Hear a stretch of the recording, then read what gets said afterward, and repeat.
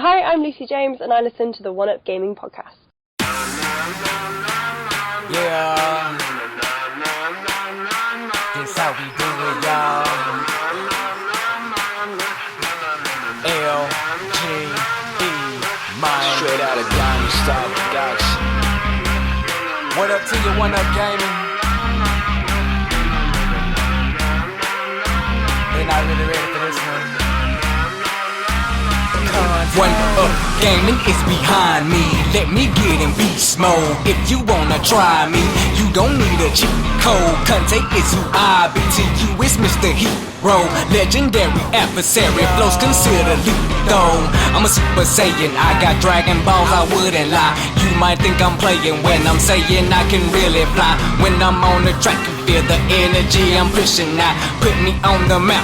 One Up Gaming's who I'm talking about. I'm the rapping Master Chief, epic to say the least. Contain the hero, better etch that in your memory. And so the One Up Gaming for the show out. Contain the hero is really gonna show out.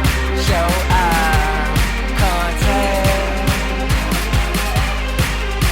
And so the One Up. And so the One Up. Dope bitch you ever heard.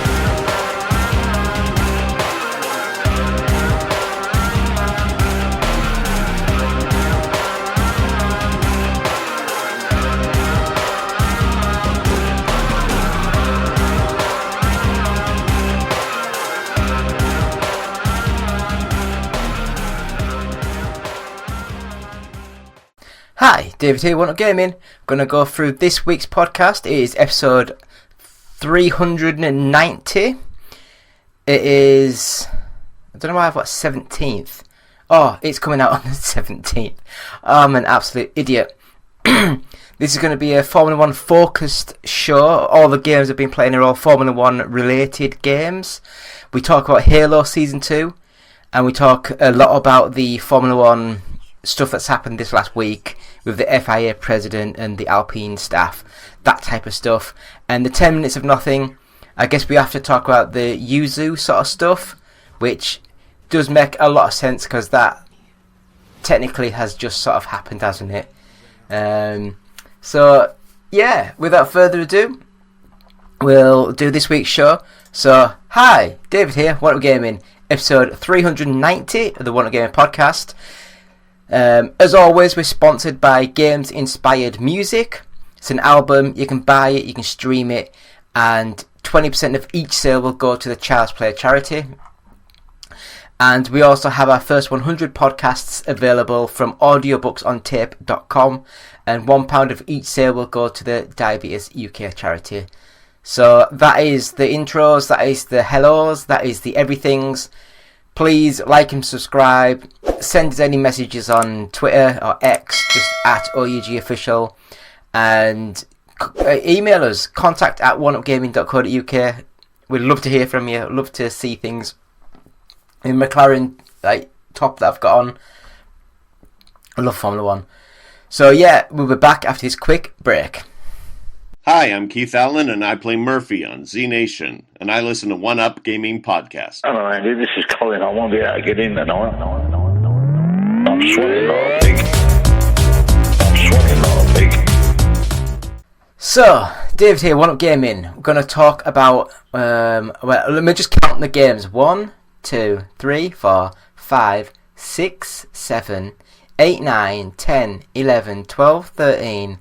14, 15, 16, 17 games I've played this last week or so. I've got them all up on our YouTube channel, so if you're interested in any of these games, then please have a look. Just search One Up Gaming, go to our YouTube channel, subscribe to us, like us, bell us, all that good stuff. And you can see these random games that I play every day. And get up online, and also we do get sent games to review and games to play, new games, so we do have new stuff on there all the time as well. So as I said, this is a F1 special show just because I love Formula 1. I completely missed the start of the Formula 1 season. As I'm recording this, the first race has happened and I was so excited to watch it. It was quite a boring race, but I was just so intrigued in all the inter-team politics and how the sort of like the testing and all that kind of stuff, see if that all came to fruition. And it was quite good. I quite enjoyed the show. So, yeah, we'll talk about the games we've been playing this week. So, first of all, we have to talk about F1 World Grand Prix. And we played this on the PS1. So I think this is the 1999 edition. And what can I say? It's a PlayStation game. It's very arcadey. Even when they're not trying to be arcadey, they are very arcadey. And yeah, it's not as good as the N64 version or the sequel that was on the Dreamcast. But it's an adequate, decent little game to play. I quite enjoyed it. But going into the next sort of phase, we played F1 World Grand Prix on the N64. And this, at the time, was a revelation. All they had to do was show the replay on the TV as on the advert. It was like a replay of the game. And it looked, back then, it looked almost real. It was amazing. It really, really was good. Frame rate about 20 frames a second at a push at best. It drops a little bit, but it plays so well. It looks so good. It feels really good. And even now, it's one of the better F1 sort of games you can play in the early 3D era. And I really, really enjoyed this one. Yeah, I loved it. I thought it was really, really good. So that was the N64 version, which was fun. So next up, I'll just talk about this as a pair, because it's just F1 pole position 1 and 2 on the Super Nintendo. And this one is more of a Mode 7-ish sort of game, viewed from behind the car. All these, I'm going to sound really snobby now, but the vast majority of games before they went 3D on like racing games, I didn't really enjoy. They were quite fun and things like that, but I just didn't enjoy the feeling. I could hear a big bangs going on next door, I think. The handling, the physics just don't quite go together as what you'd hope. Don't get me wrong, there is some games that started off as the arcade Sega sort of stuff, which was 2D sprite scalers, and they got the act together and they played really, really well.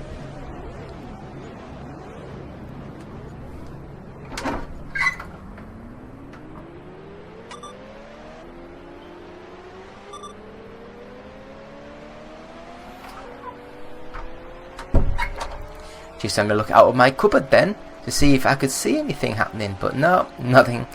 But yeah, little 2D sprite scalers, they were really, really fun. But some of these games on the SNES and the Mega Drive especially, because that really was underpowered, because it was like quite old at the time. The Mode 7 was fun. It was good on like Mario Kart, it was good on F-Zero, it was good on other arcadey inspired games. But when you're trying to do a realistic sort of game, when everything is pure flat, like the tracks, you're racing are pure flat, because that's Mode 7, it's just a 2D sprite stretched across and made to rotate and stuff. But so F1 pole position 1 and 2, it wasn't very good. I didn't enjoy the games. So next up, another 3D inspired game, and this was F1 World Grand Prix. I think this was I think it was an official game on the PlayStation Portable. I think. I'm questioning myself now. And it just says the F1. So if I just sort of turn that off for a second and click on this. Yeah, Sony Computer Entertainment presents F1 World Grand Prix. So that was a official Formula 1 game for the PlayStation Portable. I believe it had been about 2005-ish. When was the PlayStation Portable? Yeah, I think it'd have been around that sort of time, wouldn't it? Can't remember now. Anyway, this game looks great for a PSP game. And I know that sounds really derogatory and all this kind of stuff, but some of the PSP stuff looked horrendous and played horrendous. But this one looks good, it plays well, and I really enjoyed the feeling. It had more pick up and play ability. It had a lot more little tiny bits to do onto the game, which was quite fun. I really enjoyed that type of thing. But yeah, so for the PSP, it was an amazing little F1 game. I really enjoyed it. Good game. So next up, we have F1 World Championship Edition for the Mega Drive, and it's trying to look like a sprite scaler on the Mega Drive, but the Mega Drive can't really do sprite scaling, so it looks really clunky and chunky, and it just didn't play well. The handling's really bad, and yeah, I wouldn't recommend it. It's probably one of the better Mega Drive games, but yeah. And then there was F1 Circus CD that I played for the Mega CD, and I believe that's the Japanese name. I can't remember what it was in the UK, but yeah, there was an F1 game for the Mega CD, and it looks and plays better, but it's still a horrendous game to play, to be honest. Graphically, it's a little better, but it's very minimal in the background department. But it's fast, and I guess that's what you need in these sort of games. So next up, back to the PS1, and we played F1 98. And I believe this is the F1 98 was the first game after Bizarre Creations did F1 97. Did I not play F1 97?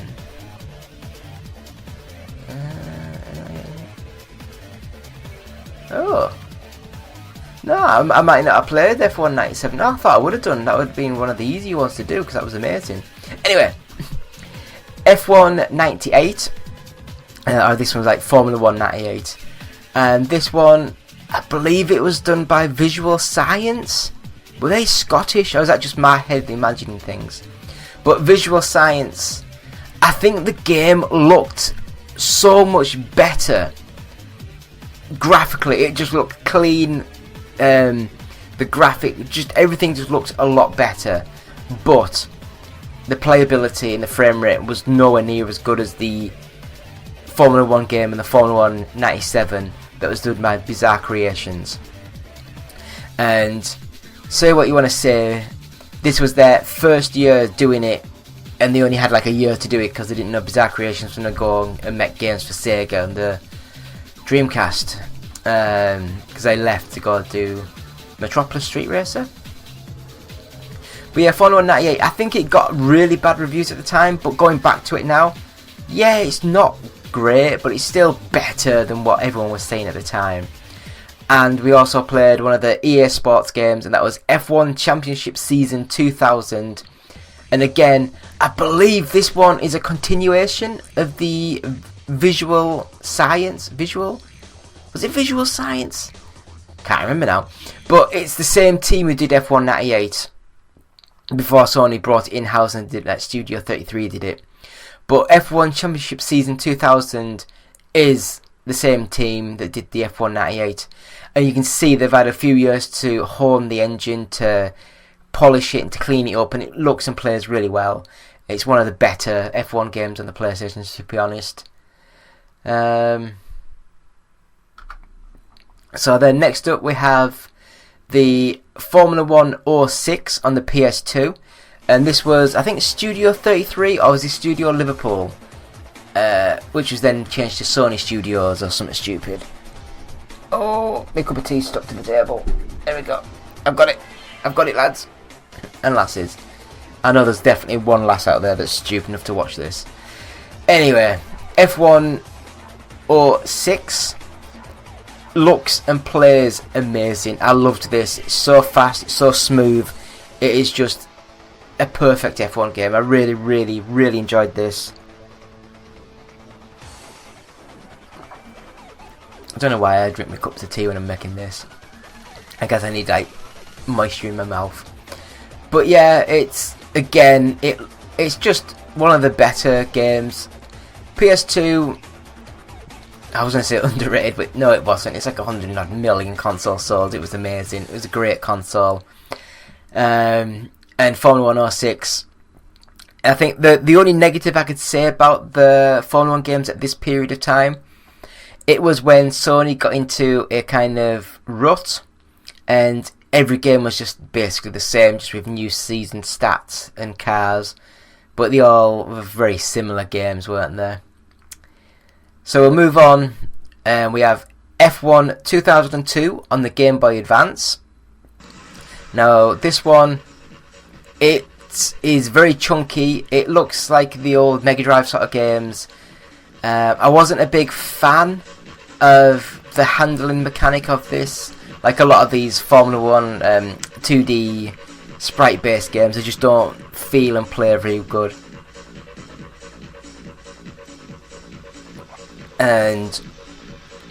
But for GBA, it looks nice. It looks graphically nice, pleasing on the eye, very pixelated, but what do you expect?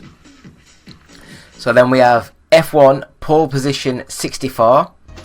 Now this was by Ubisoft, I think they released this one, and it's not got a patch on the F1 World Grand Prix 1 and 2 for the N64. It looks very, very minimal. The the polygons, it's like 6 polygons per car. It's very chunky, very square and pointy. The handling's not as good. It feels very understeery. The pace just doesn't feel there. It just feels slow and sluggish, and graphically it's just rubbish. So F1 Pole Position 64, carrying on the pole position name, it's just not very good. Well, and then we're coming on to more official Formula 1 games from Sony.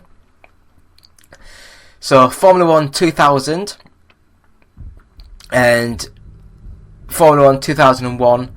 I'm not sure if I've got both the trailers or videos of these. There's 2000 and 2001, yeah. I've got both of these trailers, so they'll be on in the background. And I will say, these look amazing and they play really well. They are so arcadey though, even though you go into the sim mode and stuff.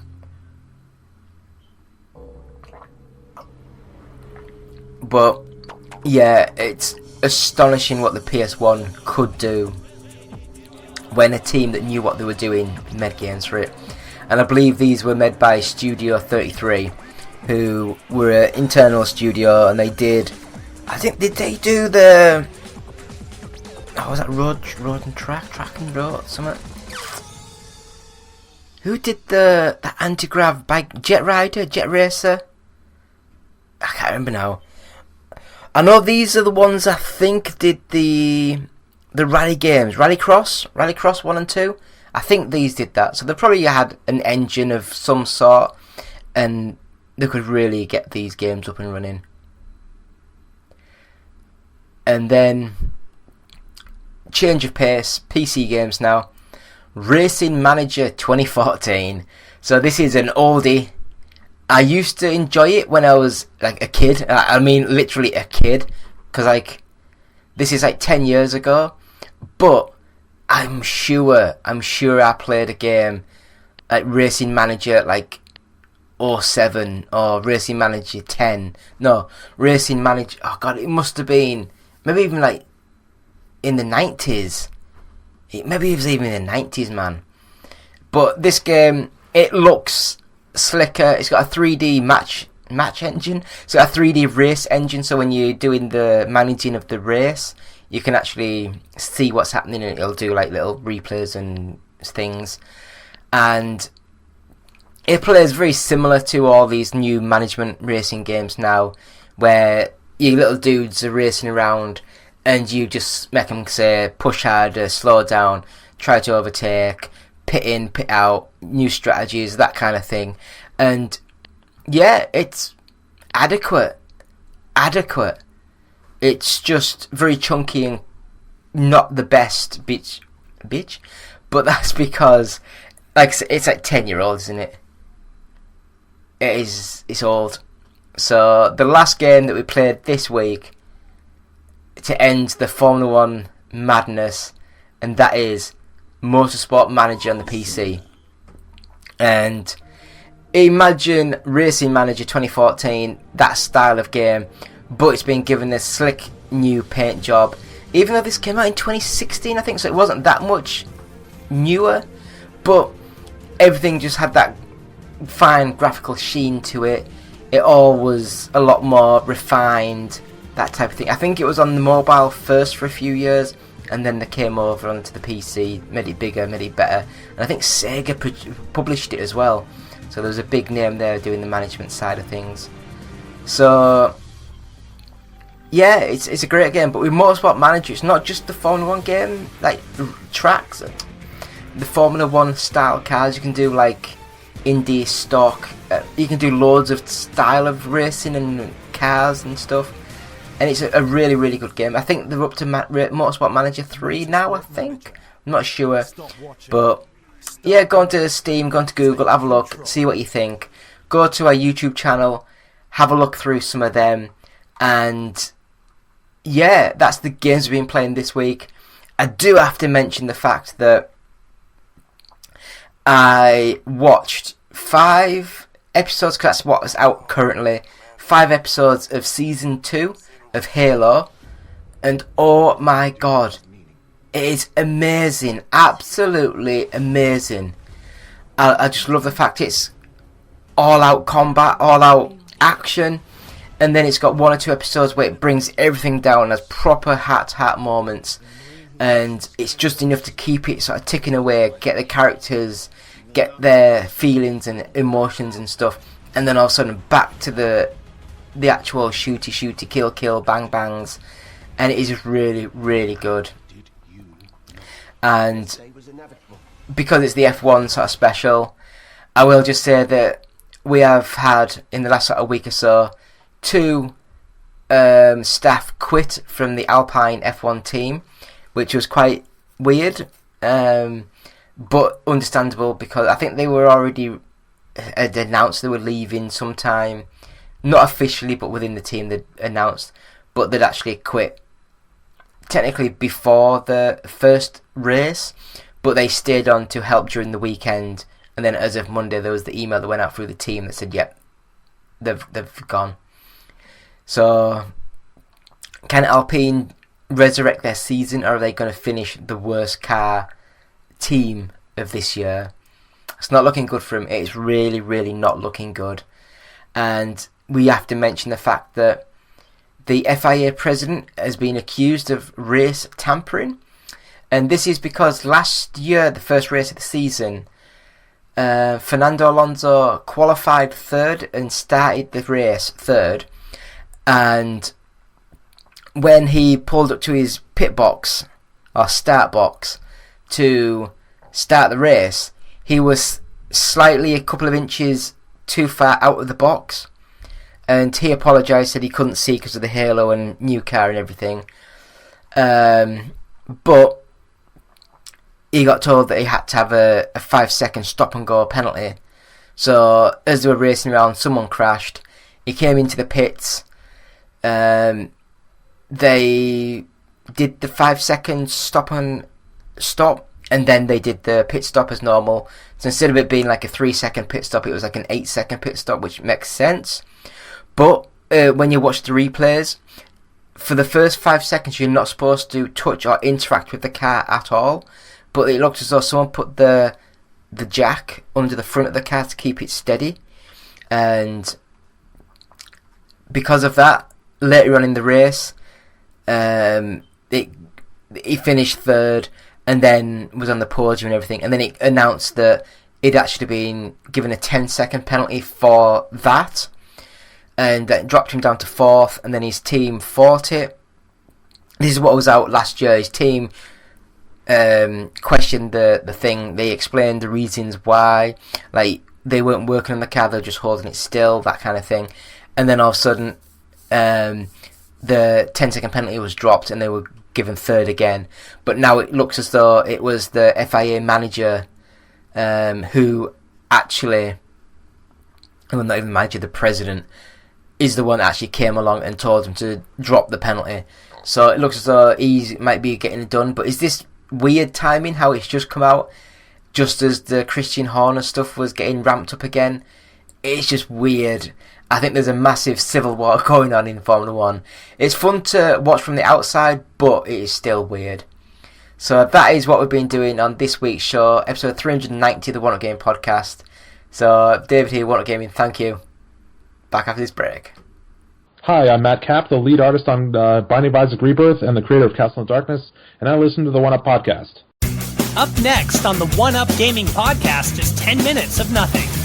Will it be the team talking about nothing or a guest interview? Stick around and find out now.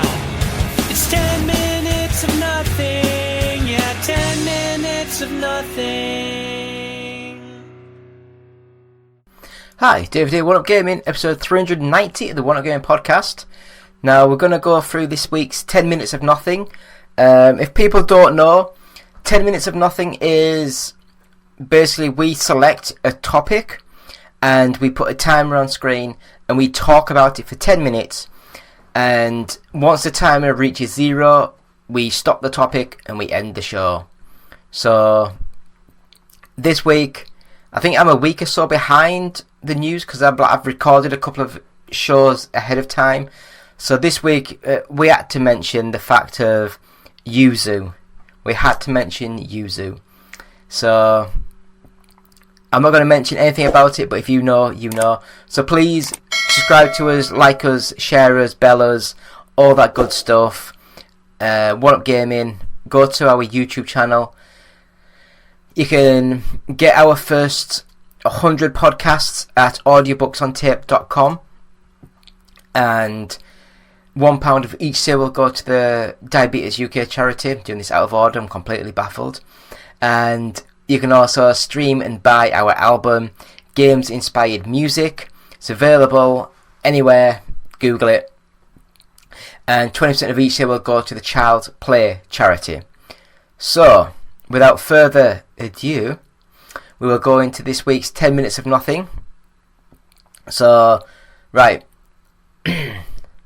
Let's go into this. So, I'll do the 10-minute timer now.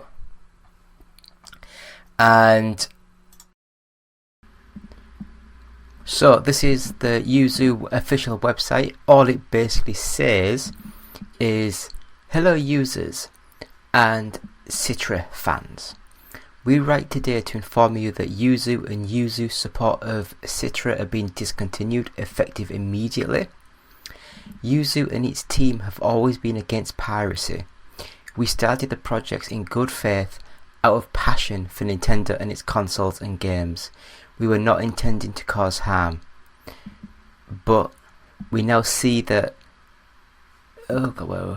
But we now see that because our projects can circumvent Nintendo's technological protection measures, and it allows us to play games outside of authorized hardware.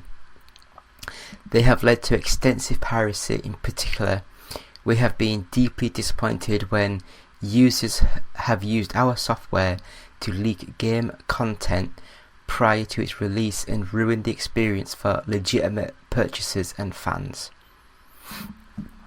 It goes on to sort of say, we have come to the decision that we cannot continue to allow this to occur.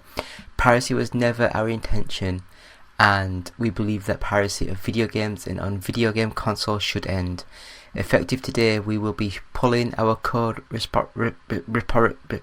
repositories offline, discontinuing our Patreon accounts and Discord servers, and soon shutting down our websites. We hope our actions are a small step towards ending piracy. Thank you for your support and all that kind of understanding and decision and all that. So that, my friends, is the Yuzu website now. That's all it's got on there. They don't have nothing else on there. So they've already taken that sort of down.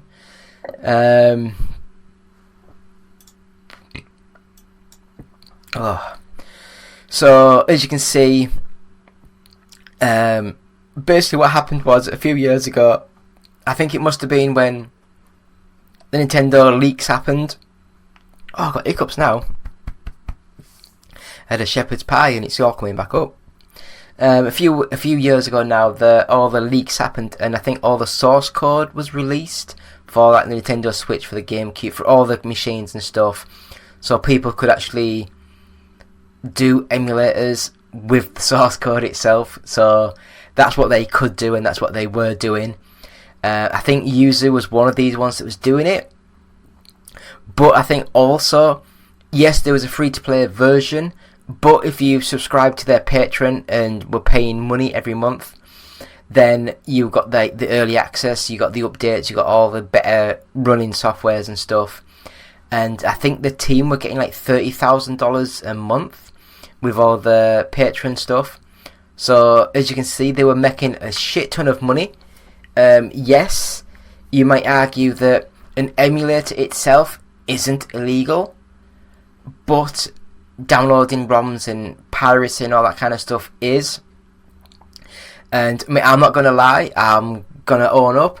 I have used the Yuzu, I think I've used it twice, to play a couple of games, because I sold my Nintendo Switch and I was so desperate to play the Cruisin' Blast, the arcade racer, and I'm glad I did. It's amazing, but I don't want to pay like £200 for a console just to play that one game. So for me, it made sense just to download this emulator for free and play the game.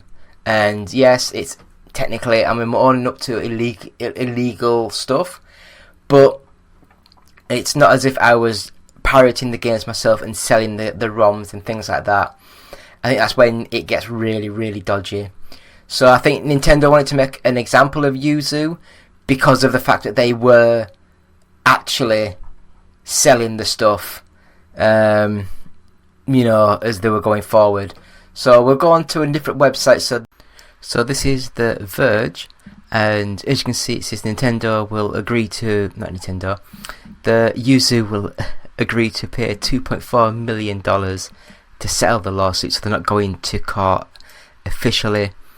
And it basically just goes through that they had to apologise, they had to pull everything, they had to, just do everything that Nintendo said, that to squirm away. And I guess that's the best case scenario for them.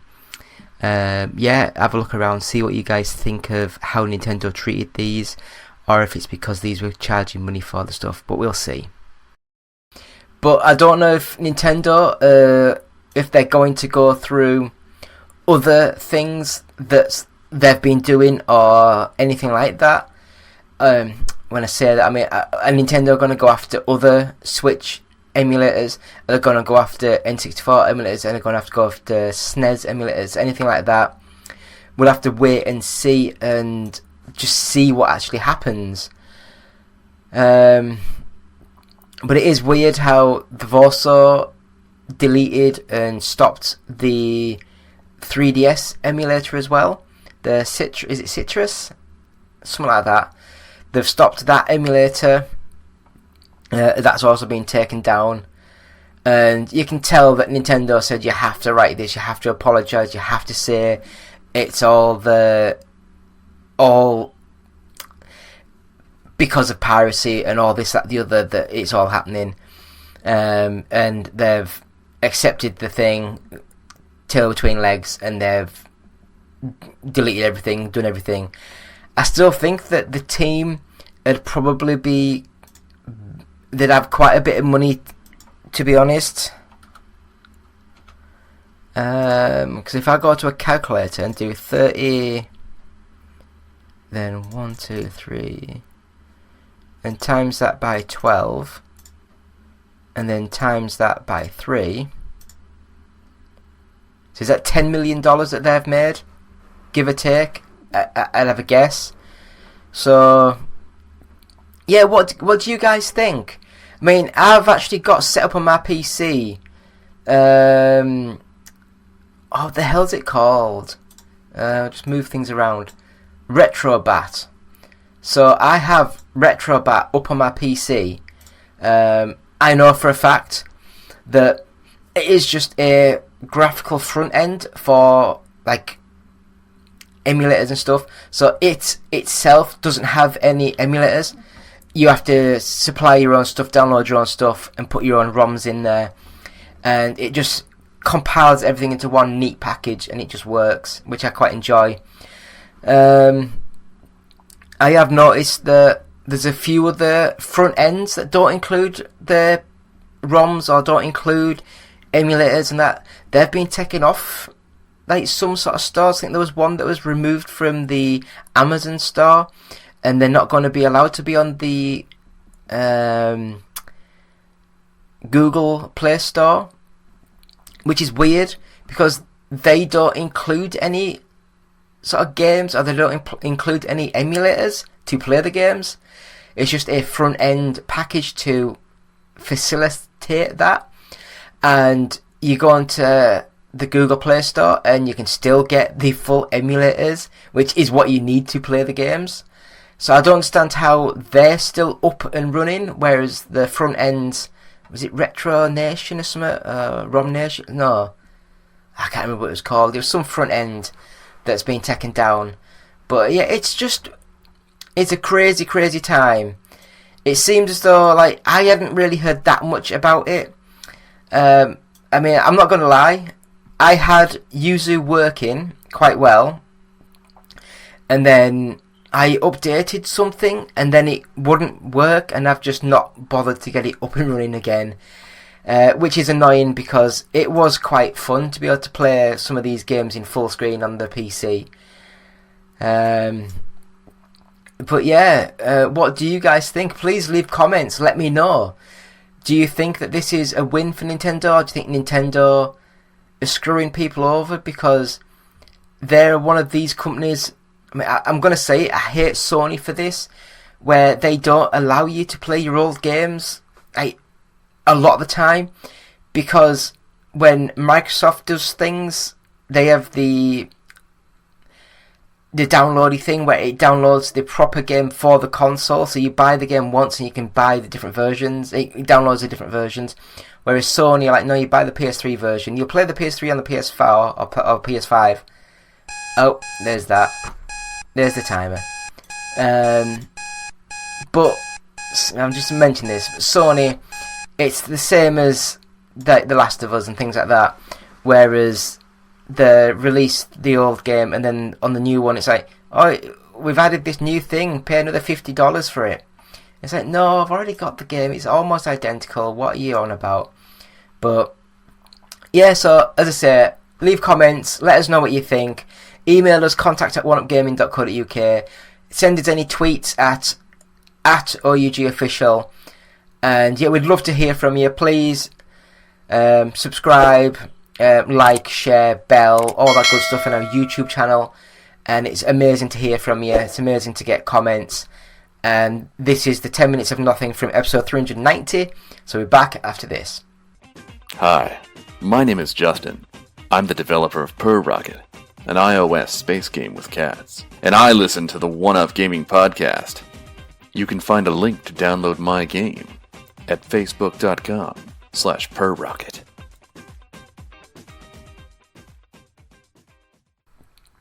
So yeah, thank you all for watching. It's been David, One Up Gaming. It's been episode 390 of the One Up Gaming podcast. This week we've talked mainly Formula 1. I love Formula 1. We've talked a little bit about the Halo Season 2. Amazing. I can't recommend it highly enough.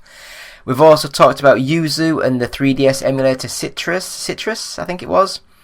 Talked about the FIA president of getting accused of race tampering. Talked about the F1 Alpine team in shit. And yeah, please go to our YouTube. You're on our YouTube. Please go to our website, which is oneupgaming.co.uk. You can buy hats like this and t-shirts and mugs from our Etsy store. So just go to Etsy and search 1UP Gaming, all one word I believe. And please like, share, subscribe and all that good stuff. If you're listening to this on a podcast, then subscribe to us and leave positive feedback, stars, all that good stuff. Really helps when people are looking for us. As always, we're sponsored by Games Inspired Music, and 20% of each sale will go to the Child's Play charity. We also have our first 100 podcasts available at audiobooksontape.com, and £1 of that will go to the Diabetes UK charity. So with that, it's been episode 390 of the 1UP Gaming Podcast, saying thank you, goodbye, David. Love you, peace. Go baby, go baby, I love you, say I love you, never put nothing above you, won't let go once I can hug you on the floor. They hate because you let them know that you the ish. Now they hating not because you at the club and proving it, and so they choosing it too late cause now they using it. Can't wait from how you doing it, I know that they pursuing it. You will kindly tell them now my baby's here to watch me go, and for him I put on a show. You just blessed to be here, so my baby goes on, her body rolls on. I tell her hold on, we making love with clothes on. Been on it so long, I think we gotta go. With my grown man on, you know that I love you so. Just go, baby, go now, go now, baby, go now, go now, baby, go now, baby, go now. Just go, baby, go now, go now. I love when you go for me, I love when you go for me, I love when you go for me. Say I love when you go for me, I love when you go for me, I love when you go for me, I love when you go for me. Say I love when you go for me. I tell my baby go, but she's not even going though. It's the trust I have in her.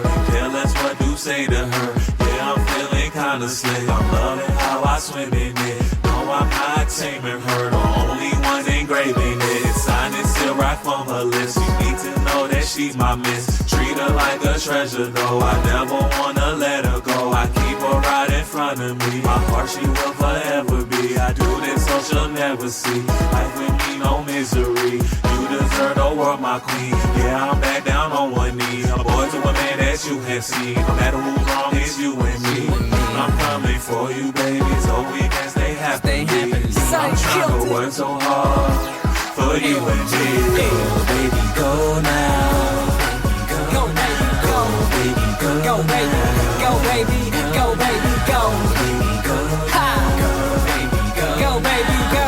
Baby, go now. Just go, baby, go now. I love when you go for me. Go for me. I love when you go for me. I love when you go for me. Say I love when you go for me. You go for me, girl. You go for me. You go for me. Say I love when you go for me. Say my baby's so bad, she can get it so glad that she loves me. Know that I'm a hubby so sad. Say you looking so mad. Oh, you didn't know that. Next time you should check the ring. I know that one's a throwback. I know you see her flashing it, especially when she gets it low. I'm rubbing on and grabbing it. I tell my girl, go ahead and go. Baby, go now. Baby, go now. Go, baby, go now. Go now. Go, baby, go now. Baby, go now. Go, baby, go now. Baby, go now. I love when you go for me. I love when you go for me. I love when you go for me. Say I love when you go for me. I love when you go for me. I love when you go for me. I love when you go for me. Say I love when you go for me. Yo, go baby, go. Just L-G-E. Yeah, L-G-E. Sign in contact, get it. We got it. We got it. We got it.